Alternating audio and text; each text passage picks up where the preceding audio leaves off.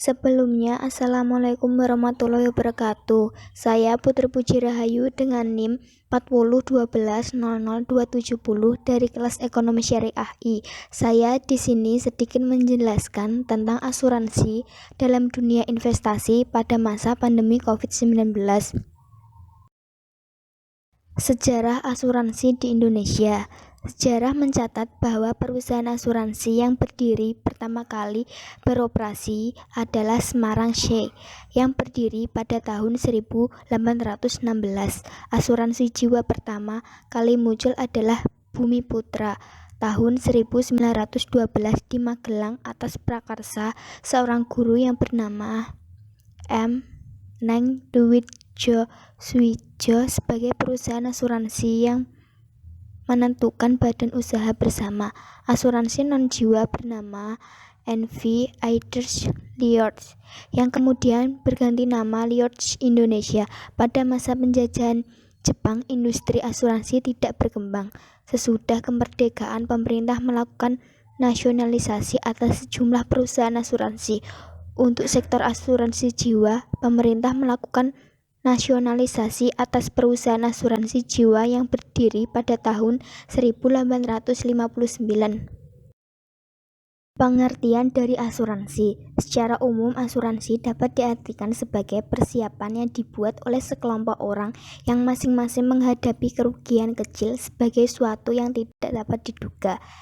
Emi Pangaribun S. menyatakan bahwa asuransi adalah pengganti resiko menjadi pilihan seseorang dengan alasan bahwa lebih ringan untuk mengambil resiko dari kekurangan nilai benda-benda itu beberapa orang daripada hanya satu orang saja.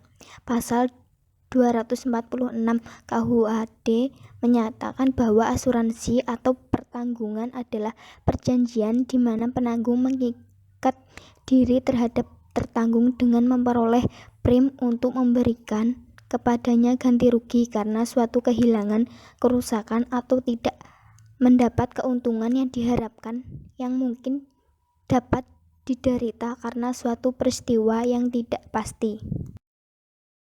Prinsip-prinsip dari asuransi. Yang pertama, insurable interest adalah hak untuk mengadakan asuransi antara tertanggung dan yang diasuransikan yang diakui oleh hukum.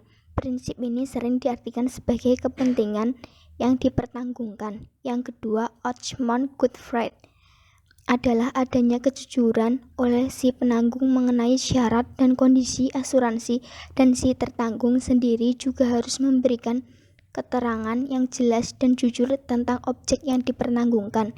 Yang ketiga, indemnity adalah pihak penanggung akan menyediakan dana kompensasi agar si tertanggung dapat berada dalam posisi keuangan sebelum terjadi peristiwa tertentu yang mengakibatkan kerugian tersebut.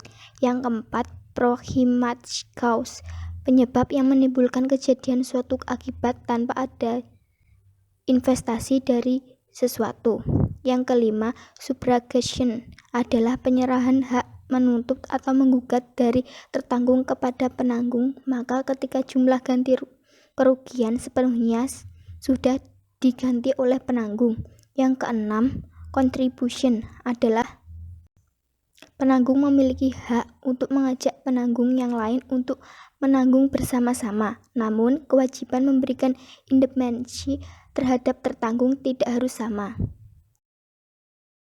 Ruang lingkup asuransi. Yang pertama, usaha asuransi umum adalah usaha jasa pertanggungan risiko yang memberikan pengganti kepada tertanggung atau pemegang polis karena kerugian, kerusakan, biaya yang timbul, kehilangan keuntungan, atau tanggung jawab hukum kepada pihak ketiga yang mungkin diderita tertanggung atau pemegang polis karena terjadinya suatu peristiwa yang tidak pasti. Yang kedua, usaha asuransi jiwa adalah usaha yang menyelenggarakan jasa penanggungan risiko yang memberikan pembayaran kepada pemegang polis, tertanggung atau pihak lain yang berhak dalam hal tertanggung meninggal dunia atau tetap hidup, atau pembayaran lain kepada pemegang polis, tertanggung atau pihak lain yang berhak pada waktu tertentu yang diatur dalam perjanjian yang besarnya telah ditetapkan pada hasil pengelolaan dana. Yang ketiga, usaha reasuransi adalah usaha jasa pertanggungan ulang terhadap risiko yang dihadapi oleh perusahaan asuransi, perusahaan penjaminan, atau usaha reasuransi lainnya.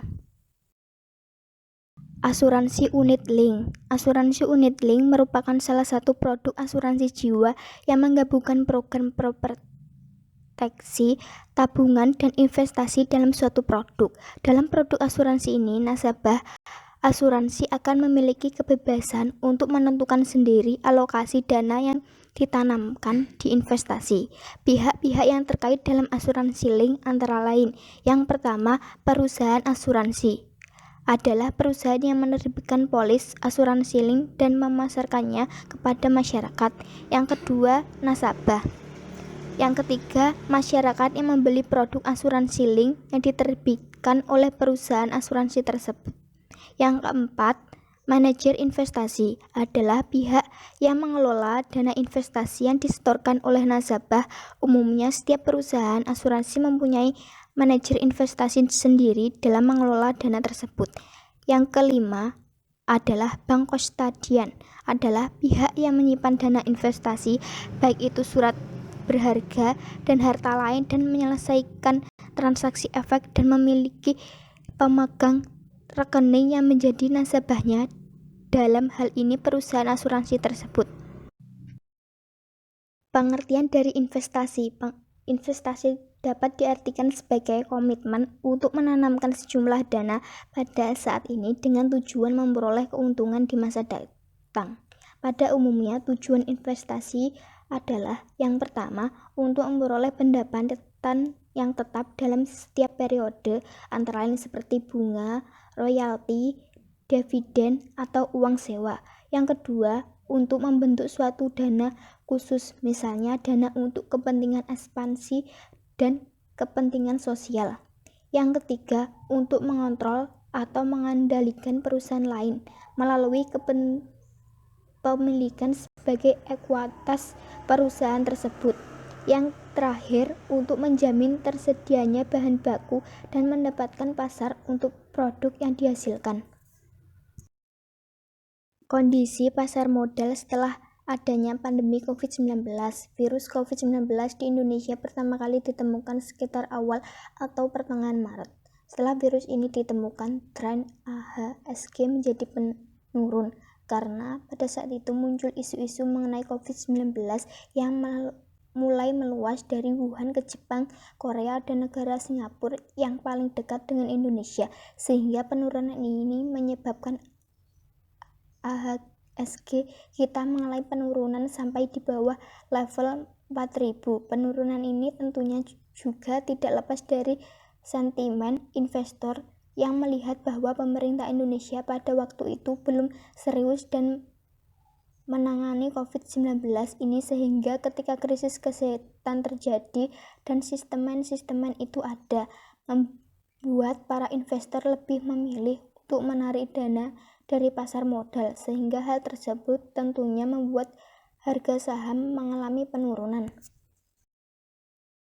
Pengaruh COVID-19 terhadap pergerakan pasar modal. Pergerakan pasar modal saat ini adalah investasi, maka akan sangat dipengaruhi oleh perusahaan. Ketika PSBB terjadi, banyak perusahaan-perusahaan yang kolaps. Jika kita lihat pada hari ini, perusahaan-perusahaan yang listing di pasar modal yang berperan di bidang pariwisata semuanya negatif, sehingga kalau kita lihat tidak hanya aspek finansial perusahaan yang terpukul karena pandemi COVID-19, namun juga aspek real dan fundamental juga ikut terkena imbasnya, sehingga wajar saja harga saham sempat jatuh atau bahkan sekarang harga saham performanya tidak sebaik sebelum terjadinya pandemi. Meskipun banyak perusahaan-perusahaan yang tidak mampu bertahan di tengah kondisi saat ini, namun perusahaan telekomunikasi kinerjanya justru membaik pada masa pandemi ini. Selama pandemi ini, perusahaan Telkom, XL, Indosat memiliki laba yang luar biasa karena pemakaian internet selama work from home dan belajar dari rumah semakin tinggi, dan beberapa perusahaan yang bergerak di sektor food and big break seperti halnya Indofood sukses makmur juga cukup baik karena meskipun pandemi ini melanda, kinerja perusahaannya tetap naik. Hal tersebut dikarenakan perusahaan Indofood memproduksi kebutuhan dasar yang saat ini juga dibutuhkan. Perilaku investor dalam berinvestasi pada masa pandemi COVID-19. Fluktuasi di pasar modal mempengaruhi perilaku investor dalam berinvestasi karena kita menganalisis pasar modal tidak hanya sekedar melihat angka saja, tetapi kita juga melihat dari aspek keuangan perilaku atau ekonomi perilaku seorang investor. Apabila investor tersebut kecenderungannya adalah investor yang menghindari resiko atau bahkan moderate, maka barangkali investor tersebut akan melihat untuk menarik dananya dari pasar modal dan kemudian menginvestasikannya dana pada skema atau instrumen-instrumen investasi yang safe haven atau investasi yang memiliki tingkat resiko rendah, misalnya emas. Apabila investor tersebut merupakan investor yang risk taker, mungkin dia akan tetap mempertahankan investasinya. Sekian yang dapat saya sampaikan. Bila ada salah kata yang kurang berkenan, mohon dimaafkan. Wassalamualaikum warahmatullahi wabarakatuh.